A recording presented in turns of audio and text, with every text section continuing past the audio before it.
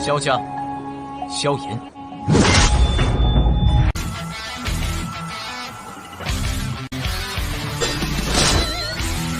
指缝中的光点燃了梦魇，站在天端俯瞰着世界无边无边。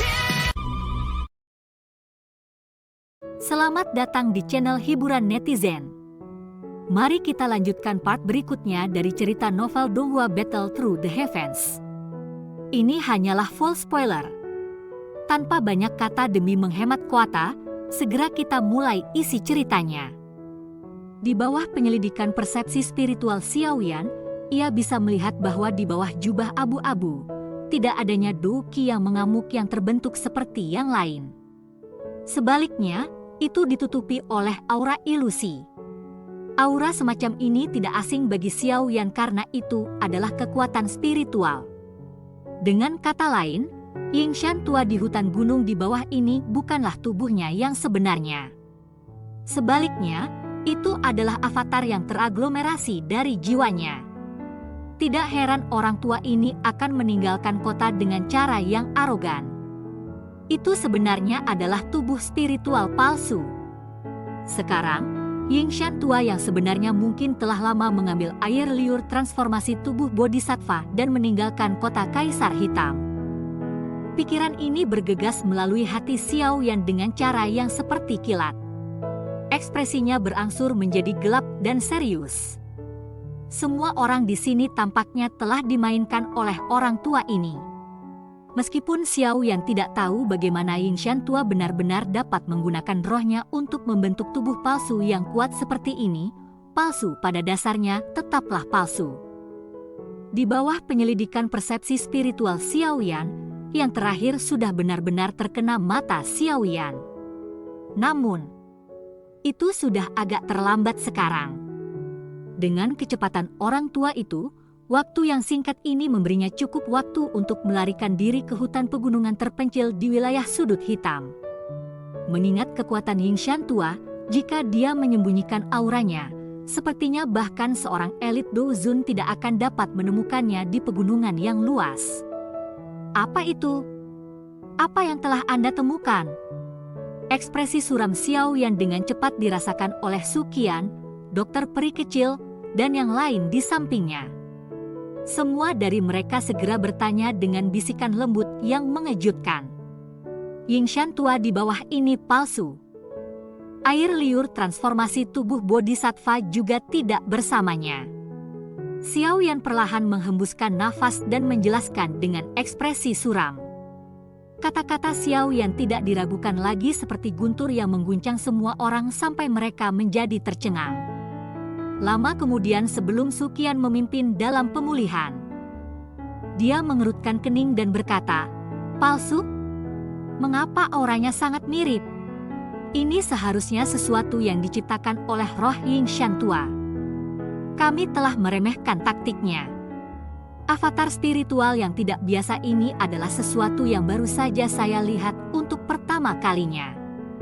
Selain guru saya khawatir dia adalah orang terbaik yang saya temui yang dapat memanipulasi kekuatan spiritualnya sampai sejauh ini." Xiaoyan perlahan menjawab. Matanya dengan dingin menatap Yingshan tua, yang tidak tampak panik meskipun dikelilingi dan diserang oleh begitu banyak orang di bawah. Menggunakan roh seseorang untuk membuat avatar. Metode unik semacam ini untuk menggunakan kekuatan spiritual adalah sesuatu yang Xiaoyan belum pernah lihat. Dia juga belum pernah melihat Yao Lao menampilkan ini. Meskipun demikian, ia secara alami menyadari bahwa Yao Lao pasti jauh melampaui Yingshan tua ketika datang ke penggunaan kekuatan spiritual.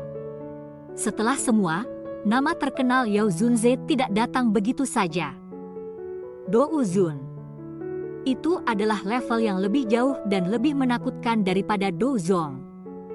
Pada tingkat itu, seseorang sudah menjadi orang teratas di benua ini. Metode mereka jauh dari apa yang bisa dibandingkan dengan elit Douzong. Avatar spiritual? Suqian dan dokter peri kecil tercengang ketika mereka mendengar kata-kata Xiaoyan. Meskipun mereka juga elit Douzong, Mereka berdua mengakui bahwa mereka tidak dapat menggumamkan semangat mereka menjadi avatar dan membiarkannya memiliki kekuatan yang sangat kuat. Itu tidak terduga bahwa Ying Shantua benar-benar dapat mencapai level seperti ini. Apa yang harus kita lakukan sekarang? Karena ini palsu, sangat mungkin bahwa Ying Shantua yang asli sudah pergi sejak lama. Xiao Li merajut alisnya dan dengan lembut mengutuk. Orang tua ini benar-benar licik. Dia benar-benar memiliki taktik seperti ini. Xiao Yan menyipitkan matanya. Sesaat kemudian, dia tiba-tiba menutup matanya. Persepsi spiritualnya sekali lagi melonjak keluar. Namun, kali ini, dia tidak terburu-buru menuju Ying Shantua. Sebaliknya, itu terus berlama-lama di atas langit dan berulang kali dipindai ke sana kemari. Meskipun menggunakan kekuatan spiritual untuk menggumpal avatar mungkin memungkinkan avatar untuk memiliki aura tubuh asli dan beberapa kekuatannya, masih akan ada sedikit koneksi terlepas dari seberapa jauh avatar dan tubuh yang sebenarnya. Meskipun koneksi ini sangat redup dan tipis, itu masih ada. Jika dia menemukan benang dari koneksi tak kasat mata ini, dia mungkin bisa mencari tahu di mana sebenarnya tubuh asli Ying Shantua. Kekuatan spiritual yang kuat saling berpotongan di langit, membentuk jaring spiritual tak terlihat yang dengan hati-hati disapu ke sana kemari. Biasanya, para ahli yang spesialis dalam pelatihan Douqi tidak mementingkan kekuatan spiritual. Oleh karena itu, secara keseluruhan, orang-orang yang memiliki kekuatan spiritual yang kuat di benua Douqi adalah alkemis. Ini karena persepsi spiritual adalah sesuatu yang diperlukan untuk memurnikan pil. Ketajaman persepsi spiritual seseorang ditentukan oleh kekuatan-kekuatan spiritual seseorang. Menjadi orang yang luar biasa di antara orang-orang ini, kekuatan spiritual Xiao Yan adalah sesuatu yang bahkan Yao Lao tidak bisa berhenti memuji.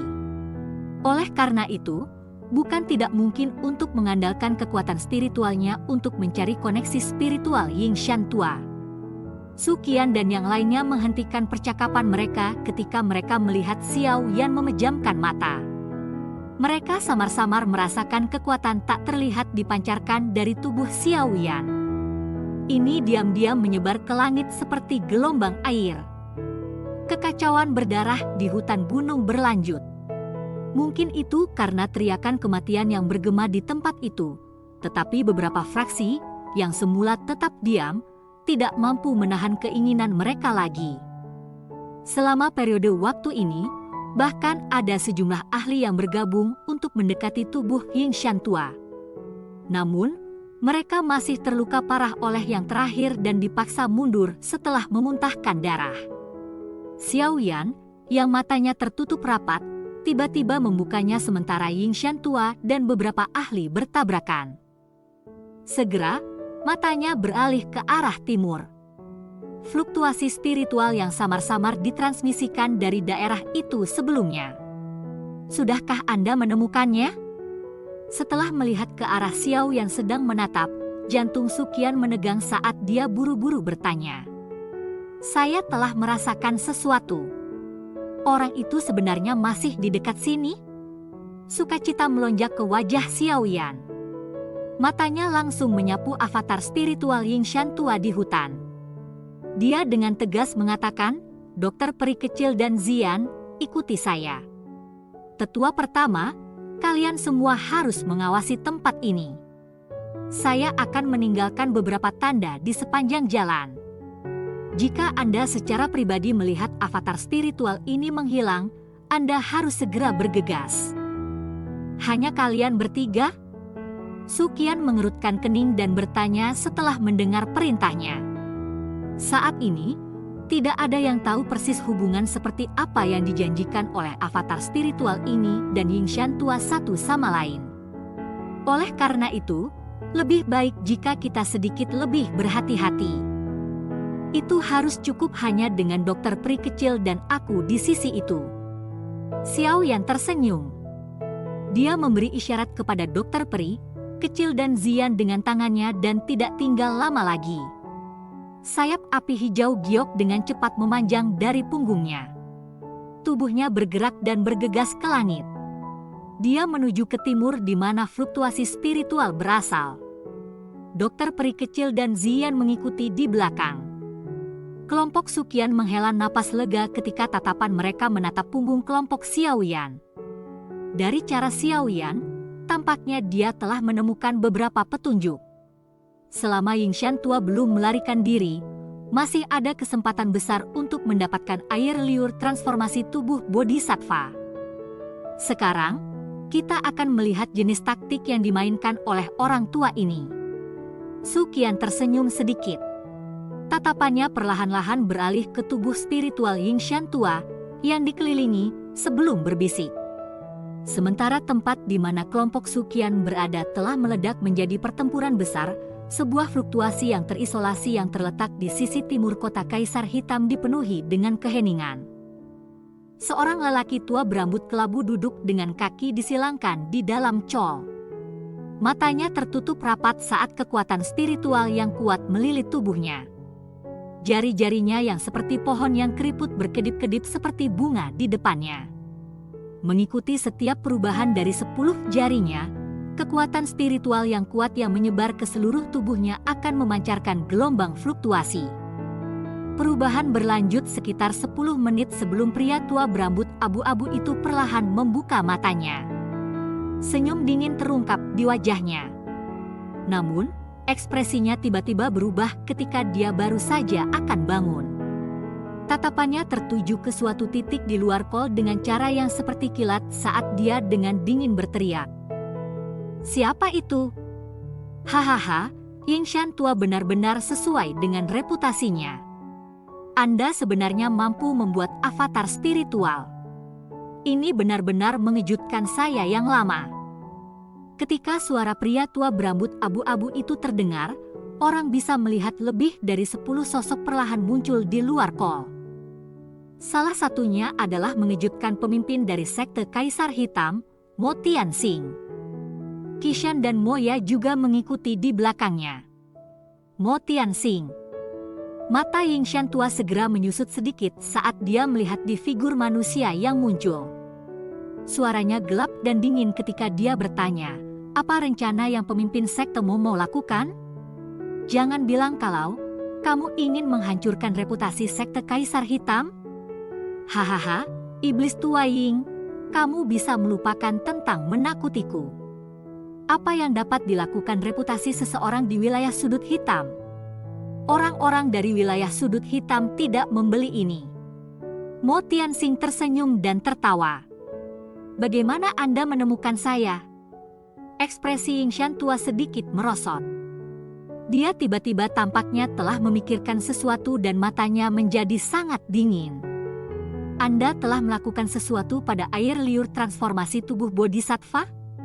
Itu hanya sedikit jejak Qi." Mo Tianxing tertawa samar. "Setan tua Ying, jangan tunda lagi untuk waktu yang lain. Setelah menggunakan avatar spiritual Anda, kekuatan Anda yang sebenarnya akan sangat berkurang.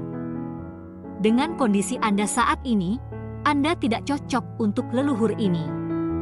Oleh karena itu, serahkan air liur transformasi tubuh bodhisattva kepada saya. Anda akan membiarkan saya yang lama pergi jika saya menyerahkannya kepada Anda?" Yingshan tua menjawab dengan senyum dingin. Mo Tianxing tersenyum dan menggelengkan kepalanya. Dia berkata, "Mustahil. Namun, saya dapat mengundang Anda untuk menjadi tamu jangka panjang di sekte Kaisar Hitam saya." Sudut mulut Yingshan tua sedikit berkedut ketika dia mendengar ini. Sebuah kebimbangan segera muncul di matanya saat dia dengan galak tertawa. "Mo Tianxing, bahkan kondisi saya yang lama ini tidak mencapai puncaknya. Anda benar-benar berpikir sederhana jika Anda ingin merebut air liur transformasi tubuh bodhisattva dari tangan saya." Aura megah tiba-tiba melonjak keluar dari tubuh Yingshan tua setelah kata-katanya terdengar. Di bawah tekanan aura megah ini, para anggota sekte Kaisar Hitam yang hadir, dengan pengecualian Mo Tianxing, mengambil beberapa langkah bergegas kembali. Baru kemudian mereka menstabilkan tubuh mereka. "Dalam hal ini, saya akan mencobanya." Rasa dingin yang lebat juga muncul di sudut mulut Mo Tianxing.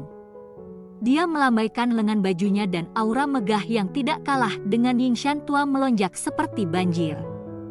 Dua aura mengerikan menyebar dan bertabrakan di dalam koridor kecil ini. Riak spasial yang mereka buat mengguncang koridor itu sampai mulai bergetar. Banyak garis retak setebal lengan seseorang perlahan naik ke puncak gunung. Dua aura yang saling bertentangan itu menciptakan atmosfer tegang yang ditarik di dalam koridor. Sama seperti pertempuran yang menggetarkan jiwa hendak meledak, tawa yang jelas tiba-tiba bergema di atas langit. Hahaha, tidak disangka bahwa pertunjukan sebenarnya ada di sini. Saya hampir melewatkannya. Cerita pun bersambung ke episode selanjutnya. Jangan lupa di like, komen, subscribe dan sharingnya ya, biar tambah semangat dan konsisten, dan dapat membantu meningkatkan kultivasi Xiaoyan. Terima kasih.